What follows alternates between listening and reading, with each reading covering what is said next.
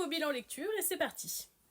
On commence chez Kurokawa avec le second tome du titre Le goût des fraises, un titre qui sera terminé en 4 tomes. J'ai absolument adoré ce tome. Encore une fois, franchement, c'est une super bonne romance. La différence d'âge ne dérange pas du tout. Le thème de fond autour de la culture de fraises, etc., du métier de paysan est super intéressant.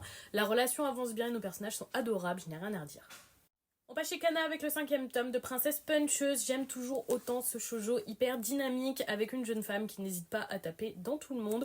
Toujours aussi drôle mais avec beaucoup de révélations dans ce tome. Je trouve le récit de plus en plus complet et intéressant avec une vraie intrigue qui prend forme. C'est vraiment un super titre. On passe chez Delcourt avec le one-shot L'ombre de Moon, un manga français. Je vous avoue que j'ai trouvé ça un petit peu décevant. Les graphismes sont plutôt chouettes, mais je trouve que l'histoire va vraiment trop vite. On n'a pas le temps de se plonger dedans. Il y a trop d'éléments qui sont trop entassés. C'est trop rapide et c'est dommage. Je pense que ce titre aurait mérité d'être sur plusieurs tomes et pas juste un one-shot. Ça aurait été bénéfique pour lui.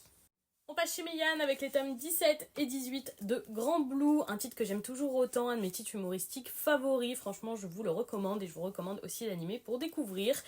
Deux très bons tomes, un tome 17 qui finit l'arc à Okinawa où on a des révélations très intéressantes et étonnantes, et un tome 18 qui nous lance un nouvel arc qui promet d'être tout aussi drôle. J'ai adoré. Et voilà pour ce bilan lecture. Dites-moi si vous avez lu ces titres ou s'ils vous tentent.